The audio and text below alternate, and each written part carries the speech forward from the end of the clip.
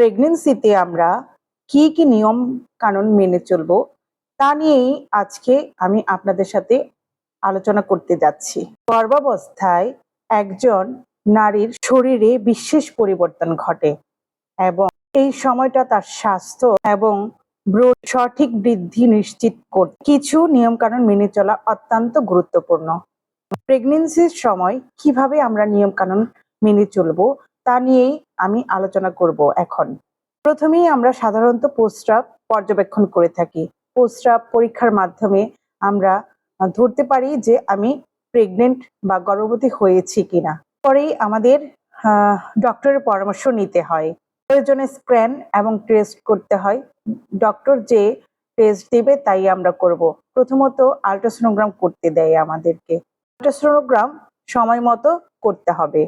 পর্যাপ্ত বিশ্রাম নিতে হবে। দিনে 7-8 ঘন্টা এবং বিকেলবেলায় কিছুক্ষণ বিশ্রাম নিতে হবে। পর্যাপ্ত পরিমাণের পানি পান করতে হবে।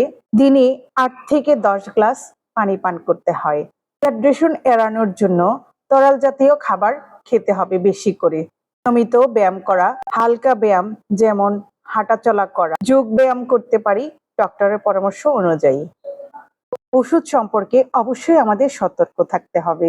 ডাক্তারের পরামর্শ ছাড়া আমরা কোনো ওষুধই খেতে পারবো না এই গর্ভাবস্থায়। মানসিক স্বাস্থ্যের প্রতি যত্ন নিতে হবে। অতিরিক্ত চাপমুক্ত থাকতে হবে এবং মানসিক শান্তি বজায় থাকতে হবে।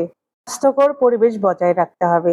যেমন কেউ যদি ওখানে সিগারেট খায় তখন না থাকাটাই ভালো। প্রেগনেন্ট মাকে ওখানে না থাকাটাই ভালো মনে করি আমি। সময় পানির সাথে জর্দা খেয়ে থাকে।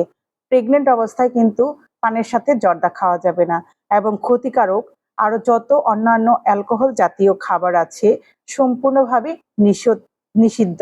এই প্রেগনেন্ট অবস্থায় কোনোভাবেই খাওয়া ঠিক না। শীতে কি কি ধরনের খাবার আমরা মূলত খেতে পারি তা নিয়েই এখন আবার আলোচনা করতে যাচ্ছি। প্রোটিন সমৃদ্ধ খাবার যেমন মাছ, মাংস, ডিম, ডাল, বাদাম, দই, পনির ইত্যাদি জাতীয় খাবার খেতে পারে। এগুলো হচ্ছে প্রোটিন জাতীয় খাবার। ফল ও সবজি, কি ধরনের ফল এবং সবজি গর্ভাবস্থায় খেতে পারে? মৌসুমী ফলগুলো যেমন আপেল, কলা, পেয়ারা, কমলা, সবুজ শাকসবজি যেমন পালং শাক, মিষ্টি কুমড়া, ব্রকলি ইত্যাদি জাতীয় খাবারগুলো খেতে পারে। ফলিক অ্যাসিড সমৃদ্ধ খাবার, যেগুলোর মধ্যে ফলিক অ্যাসিড থাকে সেগুলো হলো পালং শাক, বাঁধাকপি, কমলালেবু, বাদাম ইত্যাদি। এছাড়া ডাক্তারের পরামর্শ অনুযায়ী ফলিক জাতীয় ওষুধও খেতে পারে। আয়রন এবং ক্যালসিয়ামের কথা বলছি। কোন কোন ধরনের মধ্যে আয়রন এবং ক্যালসিয়াম থাকে? আয়রনের খাবারগুলো হলো কিশমিশ, খেজুর, লাল মাংস, ডাল ইত্যাদি। বলছি ক্যালসিয়াম জাতীয় খাবার কিসের কিসের মধ্যে থাকে? দুধ, দই, পনির ও ছোট মাছ, এগুলোর মধ্যে পরিমাণে ক্যালসিয়াম থাকে। বলছি কার্বোহাইড্রেট এবং ফাইবারের কথা। কার্বোহাইড্রেটের মধ্যে যা আছে সেগুলো চাল, লাল রুটি এবং ওটস। এবং ফাইবার জাতীয় খাবারগুলো হলো শস্য, সালাদ, ফলের রস ইত্যাদি জাতীয় খাবার। এরপরে আমি বলছি ওমেগা 3 ফ্যাটি অ্যাসিডের সামুদ্রিক মাছ এবং চিয়া সিডের মধ্যে থাকে।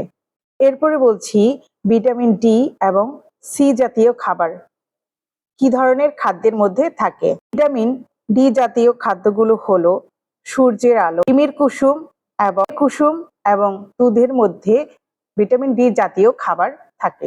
সি জাতীয় খাবারগুলো হলো লেবু, কামরাঙ্গা, কমলা, টমেটো, কাঁচামরিচ ইত্যাদি থেকে আমরা ভিটামিন সি জাতীয় খাবার পেয়ে থাকি।